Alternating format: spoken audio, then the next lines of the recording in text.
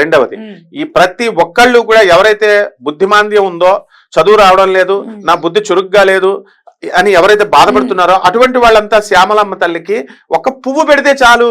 పూజ అంటే ఉపాసన అంటే ఓ కూర్చొని మంత్రాలు ఇవన్నీ ఓ పొలవమని చేయకల్లా, ఓం శ్యామలాయ నమః చాలు వచ్చేస్తుంది. ఎందువలనంటే నవగ్రహాలలో బుధుడిని ప్రేరేపించి బుధుడి యొక్క దుష్ట మన ప్లేస్మెంట్స్ ఏ ఏ గ్రహ అరిష్ట స్థానగతా తేషాం గ్రహాణం శుభ ఏకాదశ స్థలా ఫలా వ్యాప్త్యర్థం. ఆ బుధుడు అరిష్ట స్థానంలో ఉన్నటువంటి బుధుడిని ఏకాదశ స్థానంలోకి లాక్కొచ్చి పడేసేటటువంటి జగజ్జనని ఈ శ్యామలాదేవి. కాబట్టి అమ్మవారికి పసుపు రంగు అంటే ఇష్టం, నీలం రంగు అంటే ఇష్టం. నీలం శంఖ పువ్వులు పెట్టాలా, చామంతి పువ్వులు పెట్టాలా, గొబ్బె పువ్వులు పెట్టాలా. ఆ జగజ్జనని అయినటువంటి ఆమెకి పాయసాన్న ప్రియ అపక్ష పశులోక భయంకరి అని చేయొచ్చు. అంటే పాయసాన్న నివేదనం చేయాలా.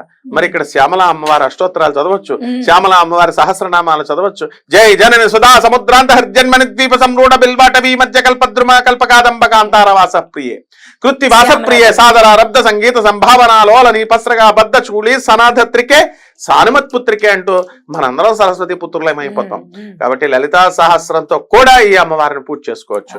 ఇక నైవేద్యాలు పత్రం, పుష్పం, ఫలం, తోయం, వీటిల్లో ఆకు పువ్వు